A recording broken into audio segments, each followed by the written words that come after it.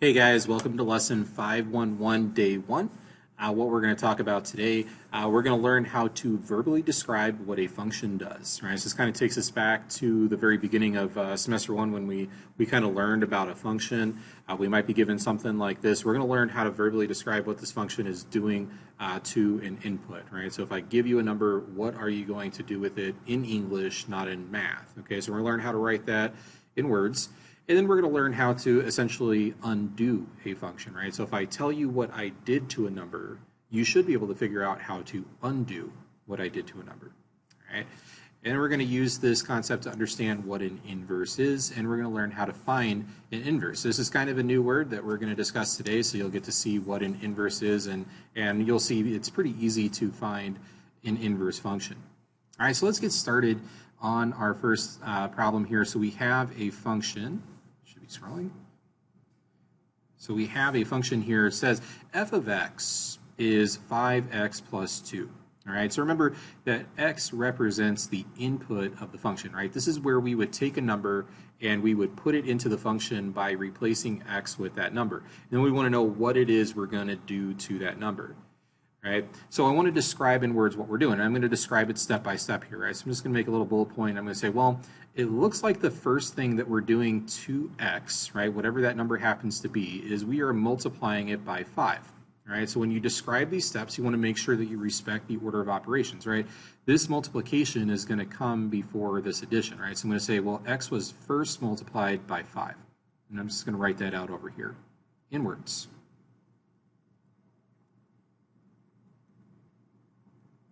Multiplied by 5. All right, and then the next thing that happened after we multiply by 5, we add 2, right? Because we have this plus 2 here inside of our function. So I'm going to say add 2. All right, so I have now described in words what the function does. I'm going to give you a number, and then you're going to multiply it by 5, and then you're going to add 2. All right, pretty easy. Okay, so now how do we undo that? Right, so let's say I did this to your number. You give me a number, I do these two things to it. Now I want to undo the function. All right, so I go to my last step. This is the last thing that I did. The last thing I did was I added 2. So that's where I'm going to start undoing. Okay, so the first thing I'm going to do to undo is the opposite of this last step. Right, so if I added 2, I need to subtract 2. All right, subtraction undoes addition. So we're going to subtract 2. Write that out a little bit better there. So subtract 2. And then I need to undo this step, right, where we multiplied by 5, right? So how do I undo multiplication? Well, what's the opposite of multiplying? It's dividing, right? So if I multiplied by 5, I need to divide by 5.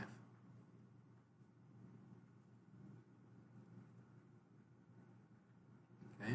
So remember, we start with the last step and we undo that first.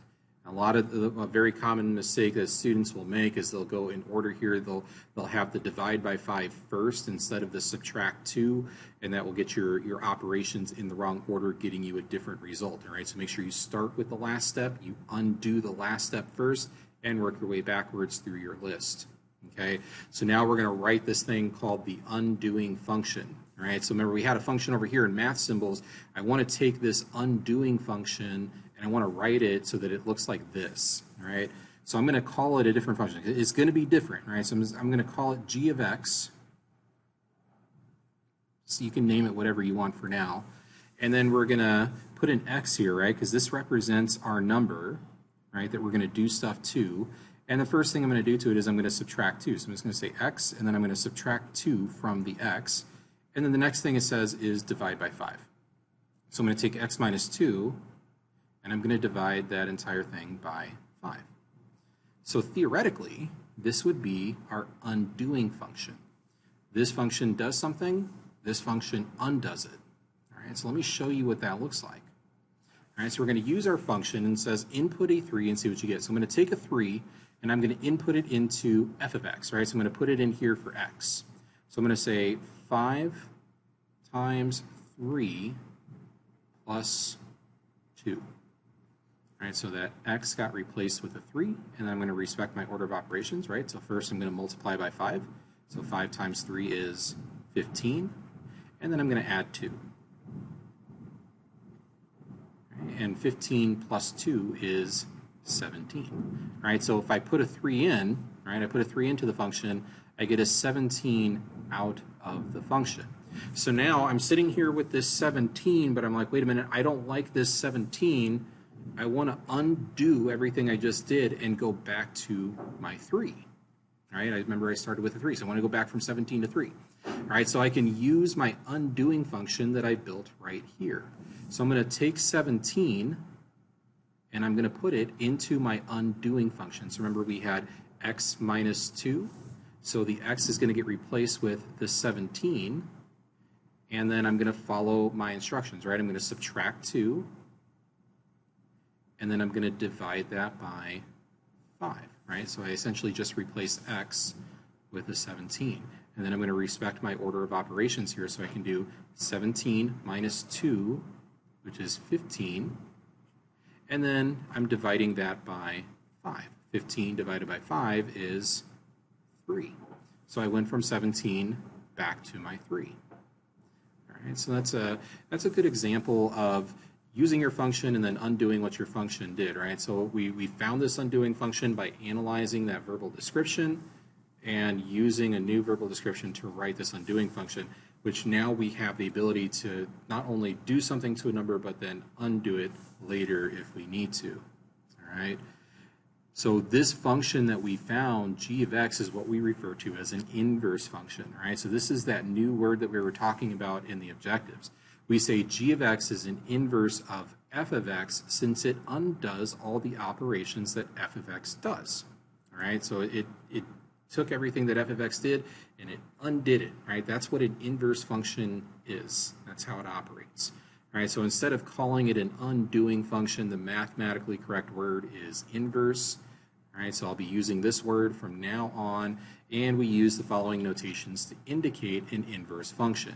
So you'll see that right here. F in this little -1 right here, right, indicates an inverse function. So rather than writing g of x, for our example, we named our function g of x, but instead we would write f inverse of x, okay? So this is the notation that we'll use when we find an inverse at the end of our problem. All right, we're going to do a few more examples of that so you can see that happen, all right? So let's take a look at another example here. Now on this one, they gave us the description in words, and so we need to write our function mathematically, all right? So the way that I like to approach this, if they give me the words first and I have to write the symbolic representation, what I like to do is I like to just start by writing an x somewhere over here. So I'm just going to put my x because this is the number that I'm doing things to. And it says multiply by 3 first. So I'm going to take x, I'm going to multiply by 3. There it is, 3 times x, done. All right, then the next step says add 2. All right, so I'm going to add 2, done. And then it says to square. Right, so remember, squaring is where we raise something to the second power. So I got to take this entire expression, just like this, put it in parentheses, and square it. And now I have f of x written mathematically rather than verbally. All right, so now I'm going to work on undoing everything, right? So I go to the last step, and I'm going to undo squaring. So you might recall from first semester, the opposite of squaring is square rooting. So first I'm going to square root, and then I'm going to work my way backwards through the list. All right, so this says add 2, so the opposite of adding 2 is to subtract 2. And then the next step in my undoing function, or my inverse function, is going to be to undo multiply by 3, right? So the opposite of multiplying by 3 is dividing by 3.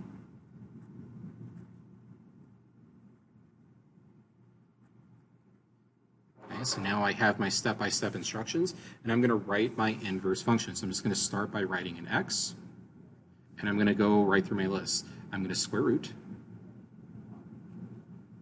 I'm going to subtract 2, and then I'm going to divide by 3. There's my inverse function. Okay, and I'm going to give it the proper notation this time. So I'm not going to call it g of x. Instead, I'm going to use that notation I was just talking about. I'm going to say f inverse of x equals this thing. So now that I have that little -1 on the f, I know this is how I undo this. Okay. Be careful with the square root when you deal with some of the square roots. Make sure you know what's inside and outside. So remember, we're only square rooting the x there, and then you subtract 2, so you want that -2 to be outside of the square root there. All right, it's another common mistake that students make. All right, let's try it again. All right, so this time they give us the mathematical function, right? They give it to us with the mathematical symbols, so we want to describe in words what's going on. Okay, so try and remember your order of operations here. So we got to start inside the parentheses, and again, we're gonna respect multiplication first before addition. So it looks like the first thing we do here is we multiply by 2.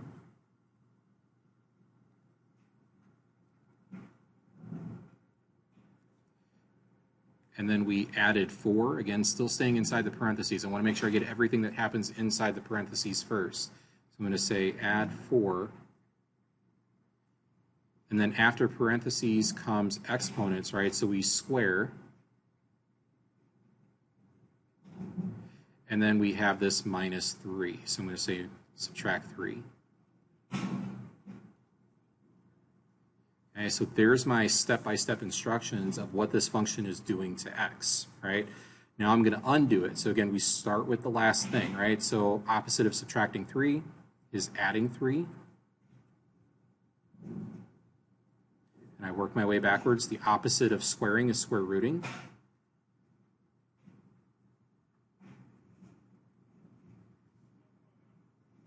The opposite of adding 4 is subtracting 4.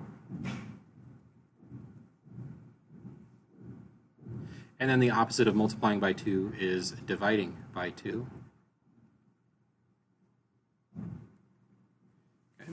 And then I'm going to write this mathematically over here to find the inverse function. Okay, so I'm going to start with my x. Right? So there's the number that I got to do stuff to. So I'm going to first add 3 according to my instructions over here. Then I'm going to square root. So I got to square root that whole thing, right? I added 3 first, then square rooted. That's why the +3 is going inside the square root there. Now it says subtract 4. So since I square rooted before the subtraction of 4, that -4 is going to go on the outside. And then it says divide by 2. So I got to take this entire thing and divide by 2. All right, so there is my inverse function. So I'm going to properly name it f inverse of x. There it is. Okay, well, let's do one more. Last one here, last example. So they give us the verbal description first. So we're going to first write our function mathematically. So again, I just like to write x, right, just all by itself. This is the number we're doing stuff to. We're going to add 5 to it. And we're going to divide by 2. Right, so notice I divided the whole thing, right, because I had to add 5. Whatever the result of that is, it gets divided by 2. So that's why the whole thing gets divided by 2 there. Now it says cube it, all right? So I need to cube this entire thing. So I'm going to put this entire thing in parentheses. And cubing means we need to raise to the power of 3. So I'm going to take everything that happened here, right? Whatever number I get up to this point, I'm going to raise it to the 3rd power. And then I'm going to multiply by 6. So I'll just put a 6 like that out front, right? 6 times whatever we get here.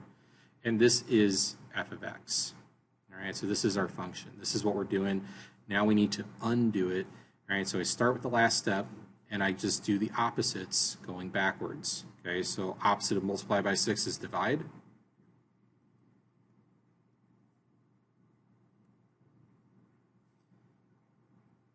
And then the opposite of cubing is cube rooting. We'll see what that looks like here in a minute. Cube root, rooting. Divide by 2, right? Opposite of that is multiply by 2. And then our last thing here, adding 5, so the opposite of that is subtracting 5. There we go. And now I'm going to write my undoing function. So again, just like always, I'm going to start with x. It says divide by 6. No problem, that's easy enough. Right?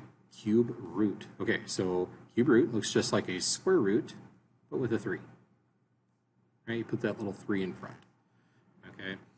So first I divided by 6. The whole fraction goes inside the cube root because I want the result of that fraction to end up getting cube rooted, so I need the whole thing in there. And then we're going to multiply by 2. So when I do a multiplication of something like this, I like to put my 2 out front. So I'm going to say 2 times whatever the result of this thing is. And then we want to subtract 5, so I'll just put that minus 5 on the end. All right? That's not inside the cube root, that's outside, right? Because the cube root was done a long time ago. All right, so this is my undoing function here, and I will name this f inverse of x equals this thing. All right, guys, that is it for today's lesson. We're going to practice this some more tomorrow, but if you have questions, make sure you ask them in the Zoom chat, or you can unmute yourself and just ask it out loud. We can go to a breakout room. I can walk you through one of these things. We can do whatever it is you need to do to make sure that you understand it. But if you're looking at one of these problems blankly, that's a sign that you need to ask a question, so do so. All right, guys, have a great day.